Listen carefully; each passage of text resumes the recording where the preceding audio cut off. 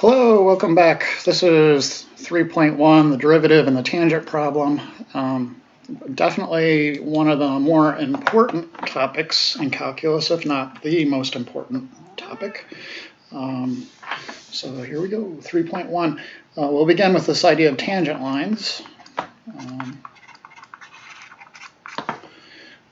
But really, I think it's better to think in terms of average rate of change versus instantaneous rate of change, like average velocity, your speed versus instantaneous velocity. So let's say I had some curve which represented my position over time, and maybe, I don't know, it's going something like this. And let's say from time 1, I want to see what the average velocity is going from time 1 to time 2 over here. Okay? So let's say this position function is s of t, and we'll have a point here, t1 comma s of t1,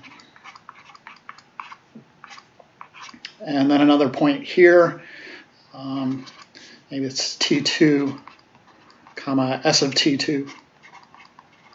Sorry, I have to smush everything in. We could get the average velocity by finding the slope of the line that goes through those 2 points. Okay, so it looks like the average velocity in that case will be positive. So how do I find the slope of that? I just take s of t2 minus s of t1 all over t2 minus t1. Okay, so you could consider that as your average velocity. And if you think about it in concrete terms, like if you're going to work, for instance, in your half-hour or hour commute, maybe on average you went 35 miles per hour. But clearly you did not go 35 miles per hour the entire way. There are going to be times when you're going like 5 miles per hour, maybe when you're inside the cities. There's going to be times when you're going 65 miles per hour when you're out on 480. The whole in between. Okay, that whole in between those okay, right now I'm going 65. That's called instantaneous velocity. Okay, so that's the tangent line problem that we're kind of going after in this section. Okay, so to figure out basically what would be, let's say, the instantaneous velocity at t1, what does it come down to? It comes down to finding the slope of the tangent line at that particular point.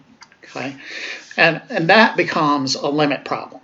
Okay, in order to figure out the slope of that line there, what am I going to do?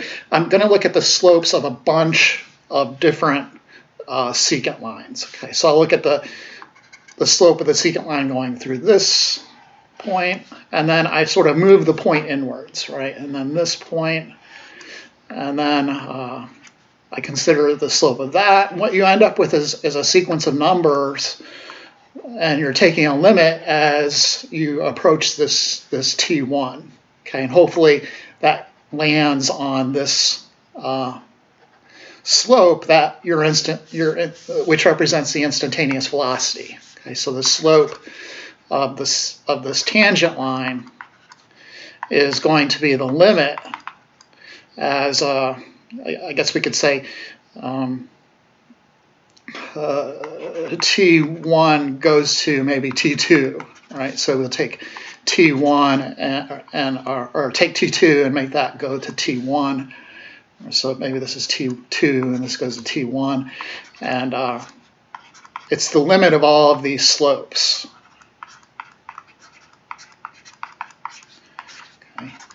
Okay. And that's it, really. Once you understand that, that's pretty much it. That's calculus. We're done, right? No. The way we develop it in calculus, then, instead of working with kind of velocities and these physical applications, is we just think in terms of the secant line and obtaining an equation for the tangent line. So probably in geometry is where you heard of the tangent line. So a tangent line is a line that just hits a curve at one point. you can do it visually. You could, given any curve, you can kind of figure out the tangent line at a point. So here's a circle. If I need the tangent line at this point, visually, yeah, no problem. There it is, right? But if somebody asks you for what's the slope of this line, that's a different story. I don't quite know the slope. And it's calculus that gives us that slope. It's this limit process that gives us that slope. Okay. And the formula for that slope, if you just want it to be general, is going to be called the derivative. Okay, so that's the idea. Let's sort of reinvestigate this, but instead of this form, we're going to use what's called the difference quotient. Okay, so let me see where I am on my notes here. Just one second. Yeah, we'll be good. Okay, so the difference quotient.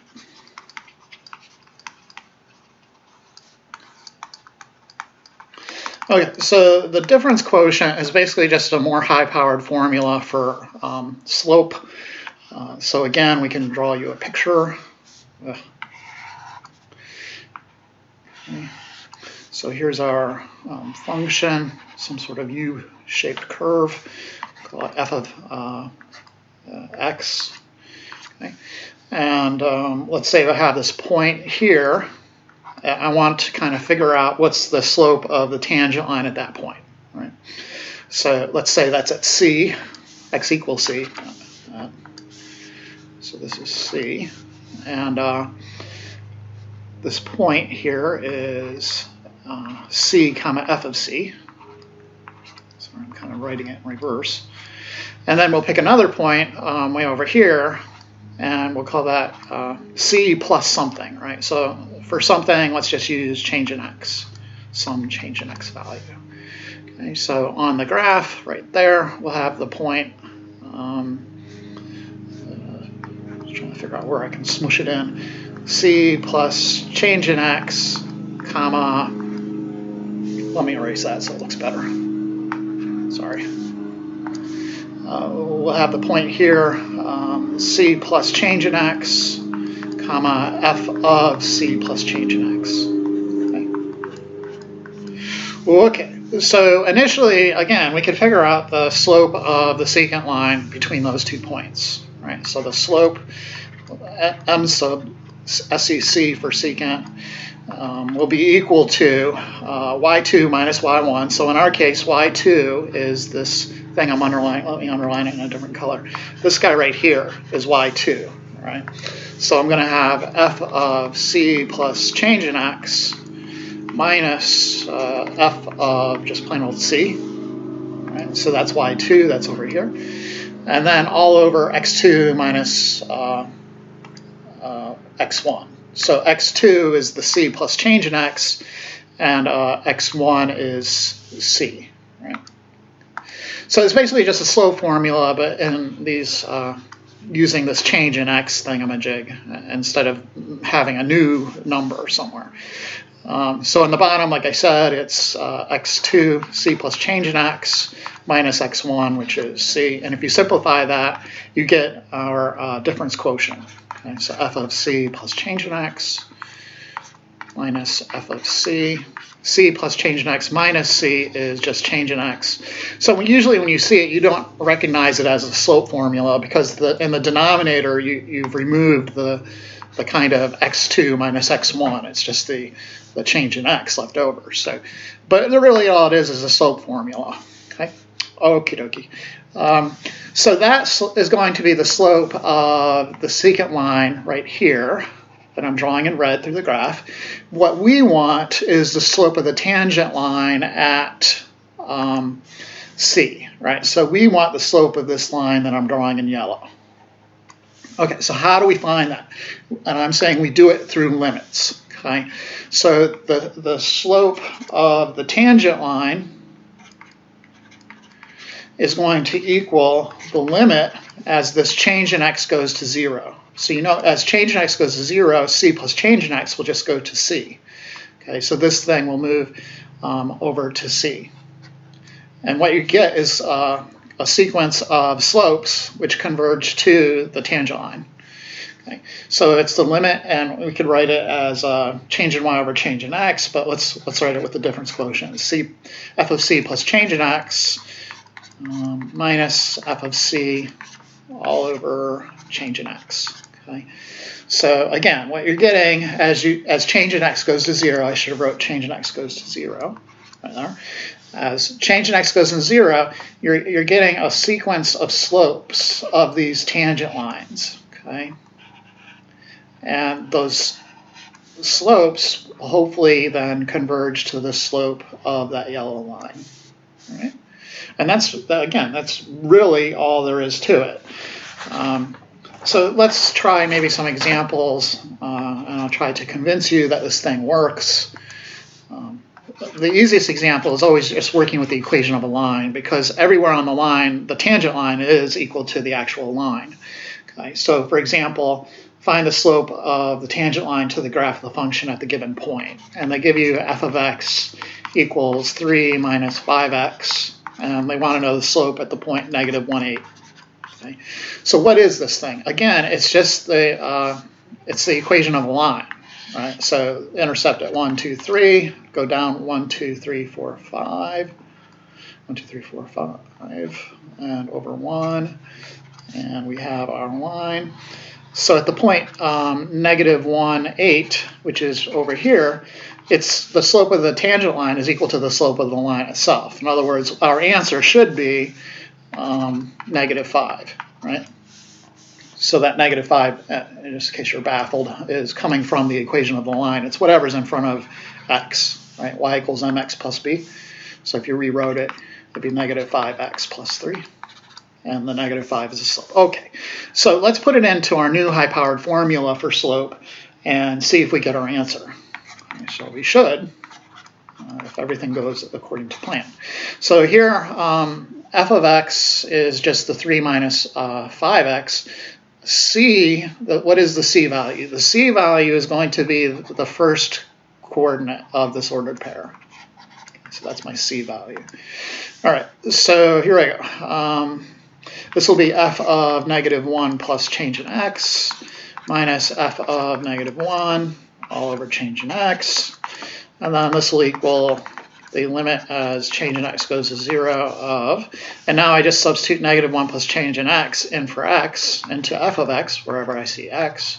So I'll put parentheses negative 1 plus change in x in for x.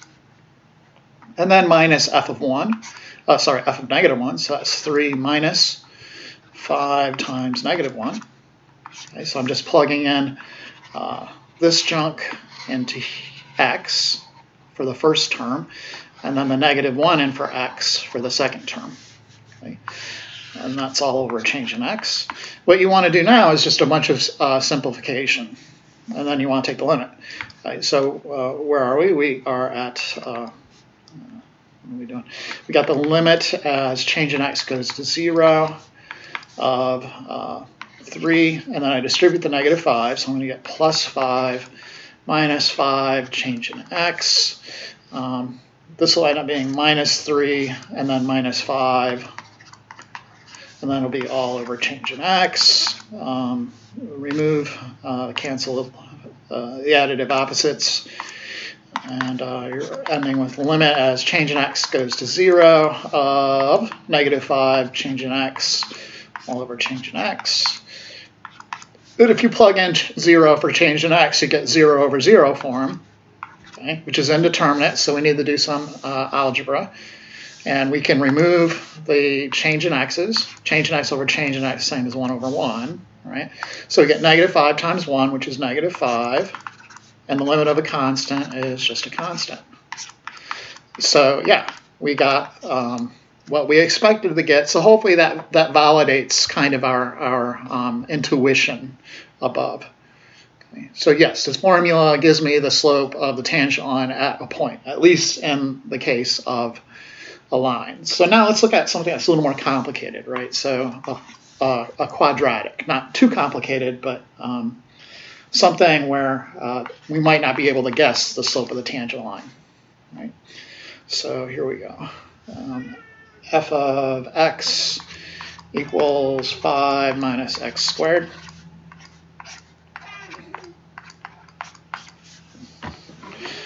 And we could draw this, all right? So 5 minus x squared is a parabola shifted up 5 places, 1, 2, 3, 4, 5, and the negative out in front will flip the graph upside down. So it will look something like this. At 3, I'm not sure exactly where the intercept is, radical 5. At 3, the slope is clearly something negative. Okay, so if you look at 3, negative 4, which is a point on the graph, this tangent line is going almost vertically downward. So we expect it to be something, the slope to be negative at that tangent line. So let's take a look, right? Let's go to our new formula. The limit as change in x goes to 0 of f of c. So this time our c value is 3.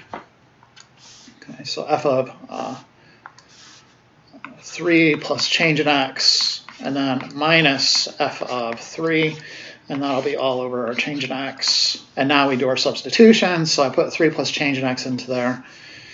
Okay, so I'm going to get limit as change in x goes to 0 of 5 minus 3 plus change in x minus 5 minus 3 squared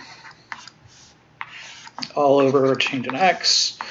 And then that'll be the limit as change in x goes to 0 of 5 minus 3 minus change in x minus 5 plus 9 all over, whoops, well, I made a mistake there, didn't I? This should be squared. So I'm going to have to, sorry about that. Sorry about all this nonsense. So it's 5 minus, I have to FOIL. 3 plus 3 change in x plus 3 change in x is 6 change in x, and then plus change in x squared, and minus 5 minus 9, and then all over change in x. So these could be a little bit intensive with regards to the algebra, but they're not so bad. Change in x goes to 0, 5, distribute the negative, minus 3, minus 6 change in x, minus change in x squared, minus 5 minus 9 is negative 4, so this will be plus 5 minus 9 is negative 4, plus 4. Okay, and then that's all over our change in x, and then simplify this stuff. So this will be change in x goes to 0 of, so it seems like I screwed something up. Yeah, 3 times 3 is 9. Here, sorry, it should be a 9. Yeah, so 5 minus 9 is negative 4, plus 4, all that junk will cancel.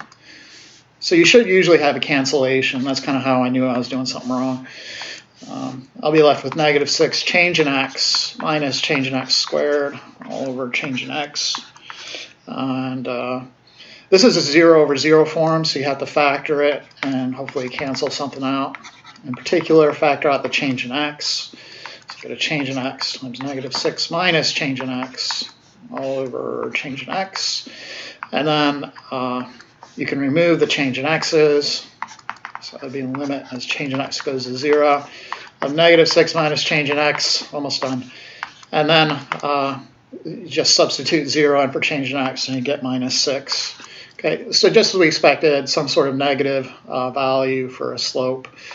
And so there's that. Okay, the next question then, let's say in general, right? Let's say I just want a general formula that tells me the derivative at any point x on the graph.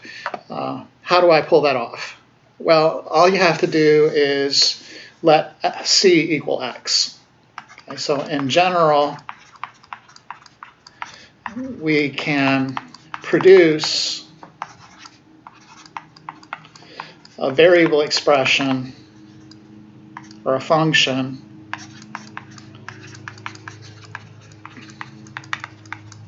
in terms of x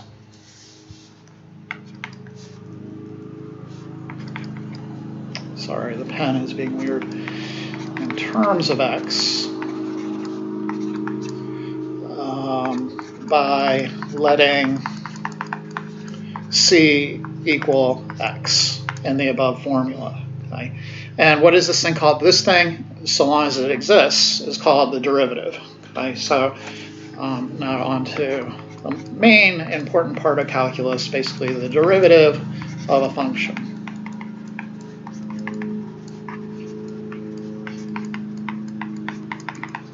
Okay. So the derivative of f at x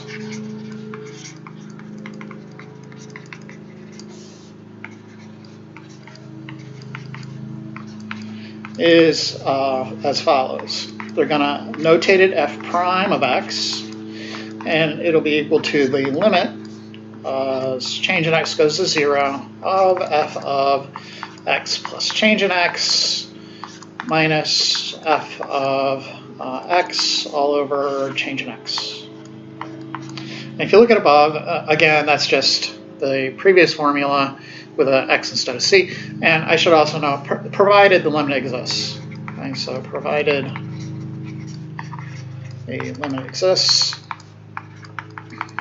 And the limit can fail in the same way that limits failed previously, right? So oscillation, unbounded behavior, and different left and right-hand limits. And then again, you could consider different right and left-hand derivatives, and we'll do that here later as well. Okay, so there's other various notations. So if we have f of x equals 3x plus 2, we know the derivative f prime of x will equal 3, right? It's just the slope of that line. Another way to write it. So if you have y equals 3x plus 2, you can write y prime equals 3. Another way to do it, if you have y equals 3x plus 2, you can write dy all over dx equals 3. Okay, that last notation is called the Leibniz notation. So back in the olden days, there was Newton, and I think he was in England, and Leibniz in Europe. Newton, you know, it's been a while since I read about the history, but it seems like Newton's kind of a hermit type. Like he had literally never dated or anything like that. He was the guy that they always say in the Dark Ages. He sat alone in a room and invented calculus, I think. Leibniz was in Europe. He was kind of the opposite of Newton, and he was more outgoing, obviously. Anyways, this last notation is from Leibniz. Leibniz got his start, I think, in philosophy as opposed to math and that sort of stuff. So there's that. Okay, so dy over dx. Another way to write it, because sometimes it's the derivative symbol is d over dx, and you're kind of operating on y, whatever y is. So you could write it like this as well. The derivative with respect to x of 3x plus 2. And you kind of say with respect to x because you could take derivatives with respect to other variables, like the derivative with respect to z, 3z plus 2. Okay, so sometimes the variables are just dummy variables. First case, the derivative with respect to x of 3x plus 2 is 3. And the second case, the derivative with respect to z, that's also just 3. Okay, so these are two other kinds of notations, but you can kind of see how they're related. It's just I literally wrote in the y, right? So I literally put the y right here, and the d over dx is now on the outside part. Okay. In general, when you're doing your homework, you're usually starting like y equals x squared, and the derivative of x squared it will end up being 2x. Okay, so that's the way you'll kind of work. You'll go, all right, I'm going to write the function and then write the derivative. Generally, you won't do it like the box, like I just put in the box over there. Okay. Anyways, let's go back to this definition, this limit definition of the derivative, and use the definition to find the derivative. Okay. So if you've already taken calculus and you know what's coming, a lot of students will fight me on learning this limit definition, but you have to learn the limit definition because you're going to see it again in different I guess what they call metric spaces. So you may not be working in the normal Euclidean space, right, or Euclidean plane. the measurements you might be working with might be different. You know, on quantum scales, I'm sure they don't work with distances the same way we work with distances. Maybe their distances are dependent on probabilities and things like that. So you have to develop different kinds of measures of distance, and in doing so, it affects the way you view this thing, the derivative. So in particular, the example that comes to my mind is when you move to 3 dimensions. So in 2 dimensions, there's truly only one slope. But if you think of 3 dimensions, like you're standing on the side of a hill and you start looking around yourself, if you look up, your slope is going positive. If you look sideways, your slope is basically 0. If you look downwards, your slope is negative. So you imagine yourself turning around in a circle, looking in these different directions. You have multiple slopes at one point, and you need to be able to deal with that. And you need, in that case, a new idea of what the slope, what the derivative is. Okay, so the derivative changes in different kind of mathematical universes. And so in order to handle those changes, and so in order to have some intuition about how the derivative works, you always are going back to this limit idea. Okay, so why do we learn it? It's because you may not end up working in 2 dimensions. you may have to work with gradients and things like that. It's more likely if you're going into like computer graphics or something, you'd have to work in 3 dimensions, right? So I don't know. That's my idea. That's my selling point. That's how I sell people this limit thing. So anyways, let's take a look. Okay, so f prime of x. By a lot of people fast forwarded through that rant. That's fine. So here we go. Change in x goes to 0 of f of x plus change in x minus f of x all over change in x, right? Okay, so first thing I'm going to do is substitute in my x plus change in x into my f of x. So I get 1 all over, instead of x, I'll have x plus change in x, and then minus 1. And then minus 1 over x minus 1, okay, 1 over change in x. I need a common denominator, so on the first guy, I'm going to multiply top and bottom by x minus 1. And the second guy, I'm going to multiply top and bottom by x plus change in x minus 1. Okay, and then I'm going to go ahead and rewrite all that.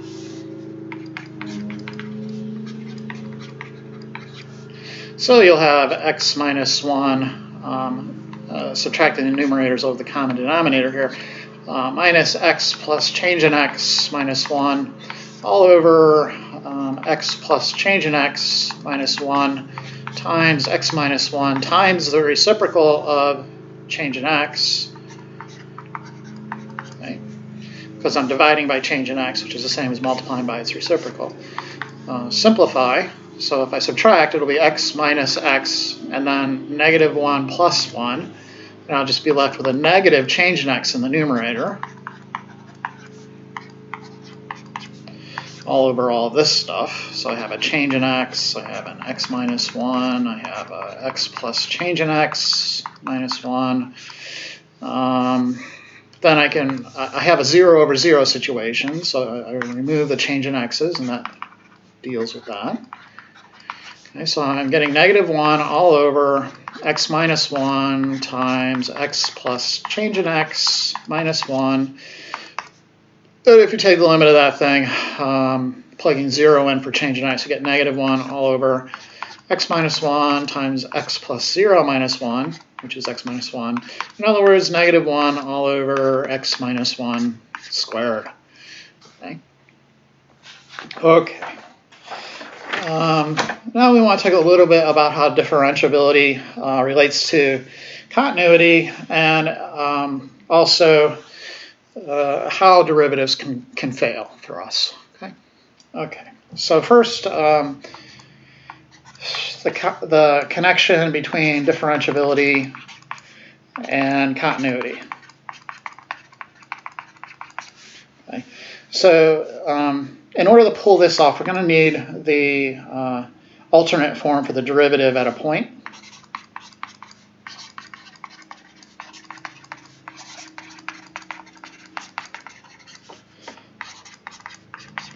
So the original form was way back when we were working with x equals c. Where are you? It's right here. This formula here is the original form. We want to do kind of a substitution and turn it more into a slope form. Okay, so here we go. F prime of c is going to be the limit as change in x goes to 0 of f of c plus change in x minus f of c all over change in x. Okay. Now I'm going to let change in x equal x minus c. Okay. So I'll have then the limit, and we'll worry about where it's going in a second, but inside here I'll have f of c plus x minus c, and then minus f of c all over change in x, which is now x minus c. And then we want the limit to work the same way. So change in x goes to 0 as x goes to c. Okay, so I can replace this limit with x going to c.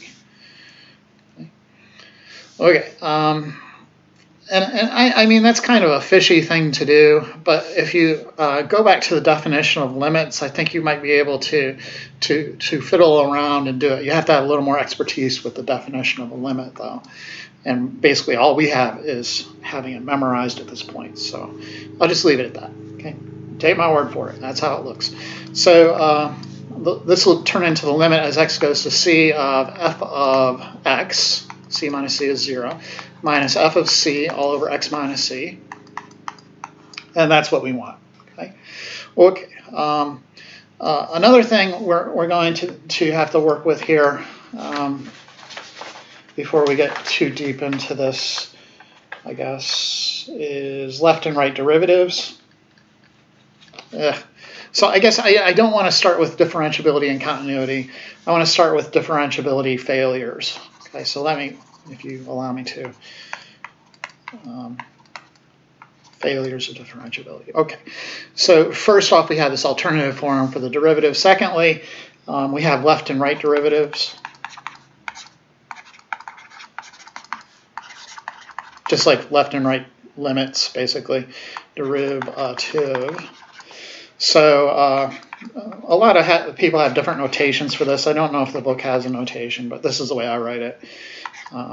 So limit as x goes to c from the left of f of x minus f of c all over x minus c. Then we have the limit from the right, so f positive of c equals the limit as x goes to c from the right of f of x minus f of c all over x minus c. Okay, so that's stuff. Okay, so now we want to talk about the actual failures. Once we have that junk out of the way. So the first type I'll talk about is the unbounded type.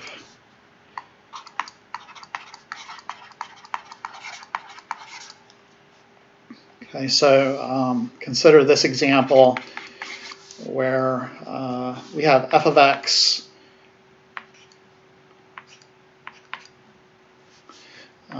equaling x to the 1/3, and we want the derivative at x equals 0. Okay, okay, so if we go to our definition, the alternate form definition now. Okay, so we're using this form right here that I'm boxing in at the top. F prime of 0 will equal the limit as x goes to c, which is 0 in this case, of f of x minus f of 0 all over x minus 0. Okay, that'll equal the limit as x goes to 0 of f of x, which is x to the 1/3, minus f of 0, which is 0, all over x minus 0, which is x. Okay, we have a 0 over 0 form. We're hoping to simplify out of that problem. So if I do rules of exponents, I'll have 1 all over x to the 3/3 minus 1/3 is 2/3. And now we have an L over 0 form, right? And that's always plus or minus infinity. In this case, it's plus infinity because of the square on the x. It's x squared to the 1/3. So in this case, the derivative does not exist.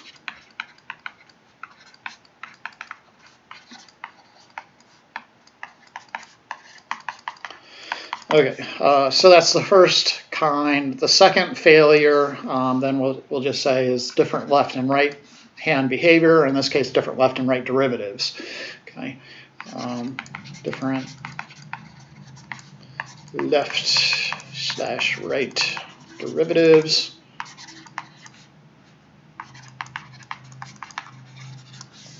So our example for this case is one of these absolute value functions. These things that have corners on them, if you remember, what is x minus 2? That's just this guy right here. And it has a corner at x equals 2.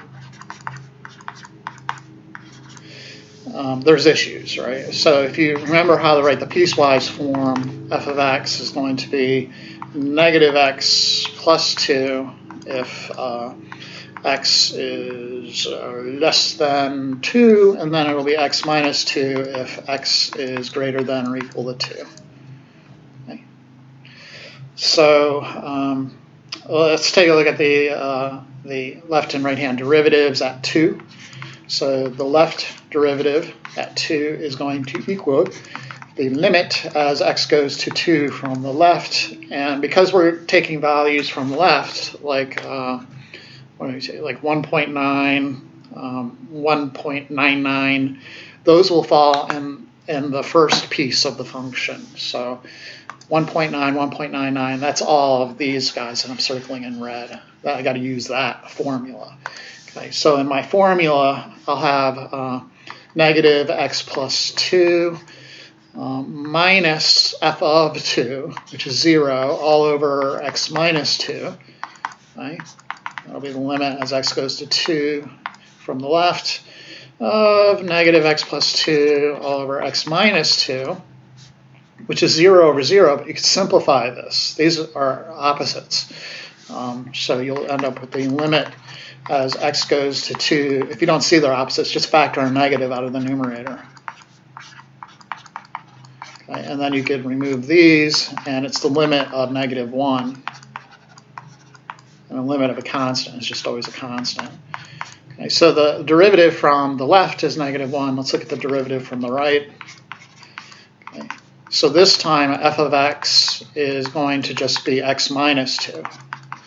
And then the denominator, it's x minus 2 minus f of 2, but f of 2 is 2 minus 2, which is 0. So it'll be x minus 2 all over x minus 2. In this case, it's 1. Which is equal to 1, okay? And when the left and right derivatives are different, you can't really say there's a derivative at that particular point, okay? So the derivative does not exist at x equals 2. Okay, the last kind is not as common. It's the oscillating behavior, okay? It's more likely that you have a failure of those first two types. But let's look at an oscillating type, right? So here we have f of x is another piecewise thing. It's x sine of 1 over x if x is not 0, and then 0 if x is equal to 0. So let's take a look at the derivative again. We're using the alternate form for the derivative. F prime of 0 is going to be equal to the limit as x goes to 0 of f of x, which is x sine of 1 over x. Maybe I should write it all out in its glory so you don't get lost. I don't want to lose anybody. It's, what is it? It's f of x minus f of 0 all over x minus 0. Right? So the limit as x goes to 0, f of x is x times sine of 1 over x. Minus f of 0. F of 0 is just 0, right? It's from the second piece of that function. All over x minus 0. Then we could simplify. So you get x sine of 1 over x all over x, and then you can remove the x's, and you get the limit as x goes to 0 of sine of 1 over x. And then what does that equal? That equals, it doesn't exist. That's the oscillating guy. And you can tell it doesn't exist because you can produce a sequence of values where that sine function just never settles down.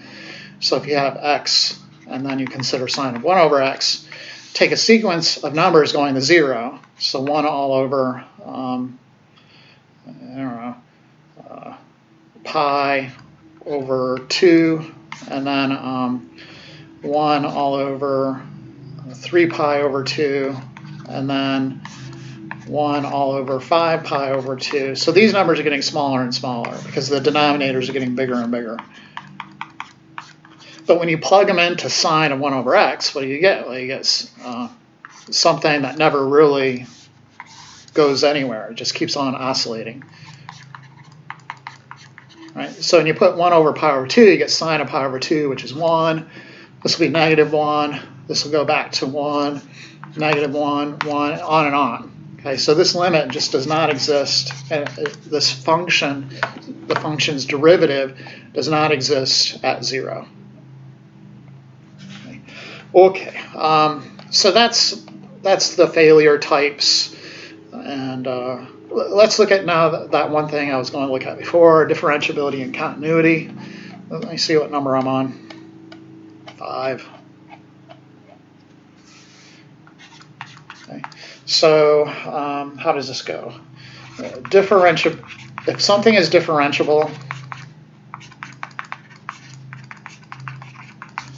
then it is continuous. If something is not continuous, it is not differentiable.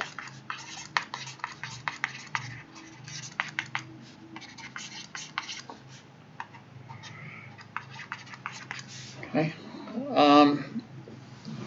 If something is continuous, that does not necessarily mean that it's differentiable. So you can't go in the other way. The example is always the baseball example, right? I can hit, if you hit the ball out of the park, you get a home run. But if you get a home run, it does not necessarily mean that you hit the ball out of the park. Okay, that's kind of the thing the issue we're talking about, and it's sometimes called the converse error. And if you take logic, you'll study about that. So this first statement, differentiability implies continuity. The second statement is the contrapositive of the first statement. So what you do is negate both parts and then reverse the direction. So the first one is P, if P then Q, and the second one is not Q implies not P. Those are logically equivalent. Okay, things that aren't equivalent would be if P then Q. That's not the same as if Q then P. Okay, not necessarily. Right. Okay, so just be careful of the converse error. Let's look at the proof of this. Okay, in order to handle the proof, there's a couple things we kind of need to deal with. The first item on the docket is that if the limit of x going to c of f of x equals f of c, that's equivalent to saying the limit as x goes to c of f of x minus f of c equals 0. Okay. I think maybe that's the only thing we actually need, and then we can handle it. I think that's it. Yeah, that'll work. Okay. So if you're willing to stomach that, and you could prove it by going back to the strict definition of a limit and kind of getting your hands dirty. We won't go there, but as long as you can appreciate this as being true, I think you'll be all right. Okay. So what do? We suppose the first part of this implication. So suppose some function is differentiable at some point. So suppose f of x is differentiable at x equals c. Okay. Then we note. So we note the limit as x goes to c of f of x minus f of c can be written in another way. We can multiply, usually, I mean, a lot of times we've been removing things, but you can also multiply stuff back in. So I can multiply in a factor of x minus c over x minus c. Right, so I can multiply this thing by x minus c all over x minus c. Okay, and then I could rearrange things a bit. So I'll have f of x minus f of c all over x minus c times x minus c. And then I could split that into two parts because I know the limit exists in both cases. The limit of that first part is just the derivative of f at c, and we supposed that thing was differentiable, so that limit has to exist.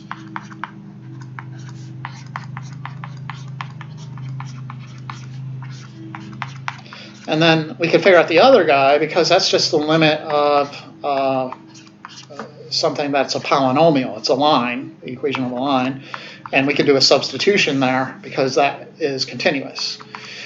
So the first guy, we said f of x is differentiable, so I could replace that limit as x goes to c of f of x minus f of c over x minus c with f prime of c. And then the second part, all I have to do is substitute in c, so I'll have 0. In other words, the answer is 0. It's whatever the derivative is at c times 0, which anything times 0 is 0. So what do we have? We have that the limit as x goes to c of f of x minus f of c is equal to 0. And from my introductory factoid, which sometimes they call maybe a lemma,